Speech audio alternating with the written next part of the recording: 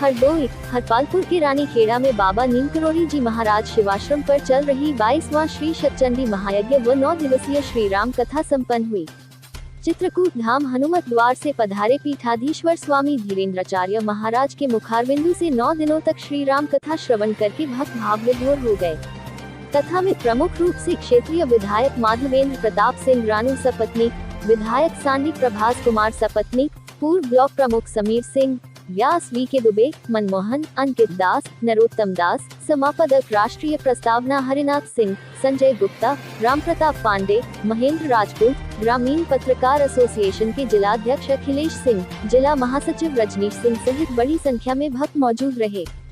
कार्यक्रम का सफल संचालन वरिष्ठ पत्रकार व दैनिक समाचार पत्र राष्ट्रीय प्रस्तावना के संरक्षक संजीव श्रीवास्तव ने किया। भगवान का नाम तो जीव पर रखा जाता है, तब जीवात्मा भव सागर से पार जाती है प्यारे। इसीलिए हनुमान जी ने राम जी की दी हुई मुद्रिका को अपने मुख में रख लिया। अच्छा जरा विचार करें, ये हनुमान जी को प्रेरणा कहाँ से आई, ये भी तो समझना भाई। ये तो हम समझ गए कि मुख में आ जाए। अच्छा किस जीवात्मा के मुख में राम नाम रहता है, ये भी तो जान लो, तब तो तुम्हें समझ में आएगा, अन्यथा समझ नहीं पाओगे।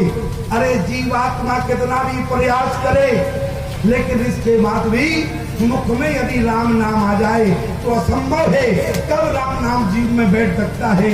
क्योंकि प्यारे जब भगवान का कर कमल जीवात्मा के सिर पर आ जाता है तब मुख में राम नाम फेरता है प्यारे। हनुमान जी के राम जी जानते थे कि राम नाम ऐसा ना हो जीव में रुके ना रुके, लेकिन राम नाम देने से पहले बोले विवाह है हम नहीं जाएंगे, लेकिन जो कल्लू के नाना थे वो ना माने। नाना का मतलब ही होता है बोले ना ना, बोले ना ना मैं ना, बोले मैं तो जाऊंगा। नाना कहे बोले ना मैं नहीं रुकूंगा, मैं तो बारात जाऊंगा। मोहल्ले वाले बोले क्या चाहते हो, नाती कुंवारा रहे। अरे बोले कुंवारा नहीं रहेगा, ले तो चलो कम से कम एक बार। बोले वहां सूचना है कोई भी बुढ़ा बारात में नहीं आना चाहिए। अरे बोले सूचना रहने दो। बोले तो कैसे जाओगे, कहीं टिक गए तो। बोले तुम तो हमें बक्सा में बंद करो।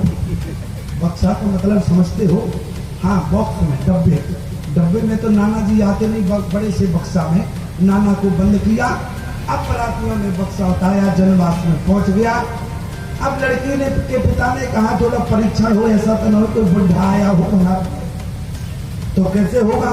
उनके गांव के बगल में एक नदी बहती थी। लड़की के पिता ने सूचना भेजी नौजवानों के पास कि हमारे गांव में जो नदी बहती है वो दूध से भर देना चाहिए, दूध से भर दो, इसके बाद में अपनी बेटी का विवाह होगा दूल्हे के साथ। अब जिन लोगों ने सुना बोले नदी और दूध से कैसी भरी जा, बोले विवाह नहीं होना है। नाना का बक्सा उठाया, बस में लादा गया, और जैसे ही बक्सा उठाया नाना जी ने कहा विवाह हो गया। बोले नहीं होना। बोले चलो।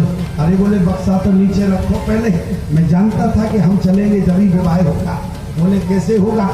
बोले नीचे उतारो पहले। नीचे उतारा, नाना को बक्से से बाहर निकाला, और जैसे ही निकाला बोले बात क्या है बताओ। बोले लड़की के पिता ने कहा है ये जो नदी बगल में बह रही है पहले इसको दूध से भरो।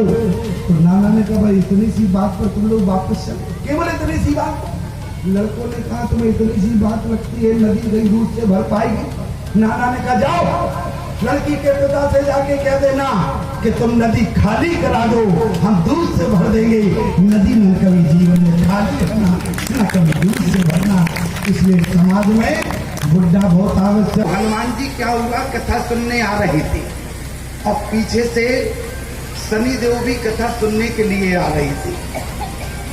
और जैसे ही पीछे से शनिदेव आ रहे थे, केवट के कठौते में गए, केवल प्रचालन कर रहा है तो आती आना